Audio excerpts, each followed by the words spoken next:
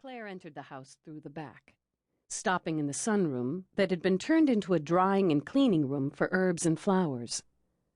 It smelled strongly of lavender and peppermint, like walking into a Christmas memory that didn't belong to her. She drew her dirty white nightgown over her head, balled it up, and walked naked into the house. It was going to be a busy day. She had a dinner party to cater that night, and it was the last Tuesday in May, so she had to deliver her end-of-the-month shipment of lilac and mint and rose petal jellies and nasturtium and chive blossom vinegars to the farmer's market and to the gourmet grocery store on the square, where the college kids from Orion College would hang out after classes. There was a knock at the door as Claire was pulling her hair back with combs. She went downstairs in a white eyelet sundress, still barefooted. When she opened the door, she smiled at the fireplug of an old lady standing on the porch. Evanelle Franklin was 79 years old, looked like she was 120, yet still managed to walk a mile around the track at Orion 5 days a week. Evanelle was a distant relation, a second or third or 14th cousin, and she was the only other Waverley still living in Bascom. Claire stuck to her like static, needing to feel a connection to family after Sydney took off when she was 18, and their grandmother died the same year. When Claire was young, Evanelle would stop by to give her a Band-Aid hours before she scraped her knee, quarters for her and Sydney long before the ice cream truck arrived, and a flashlight to put under her pillow a full 2 weeks before lightning struck a tree down the street and the entire neighborhood was without power all night.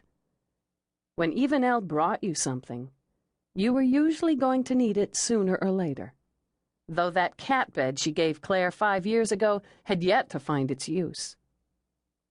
Most people in town treated Evanelle kindly, but with amusement, and even Evanelle didn't take herself too seriously. But Claire knew there was always something behind the strange gifts Evanelle brought. "Well, don't you look Italian with your dark hair and Sophia Loren dress? Your picture should be on a bottle of olive oil," Evanelle said. She was in her green velour running suit, and slung over her shoulder was a rather large tote bag full of quarters and stamps and egg timers and soap, all things she might feel the need to give someone at some point. "I was just about to make some coffee," Claire said, stepping back. "Come in." "Don't mind if I do." Evanelle entered and followed Claire to the kitchen, where she sat at the kitchen table while Claire made the coffee. "You know what I hate?" Claire looked over her shoulder as steam carrying the smell of coffee curled around the kitchen. "What do you hate?" "I hate summer." Claire laughed. She loved having Evanelle around.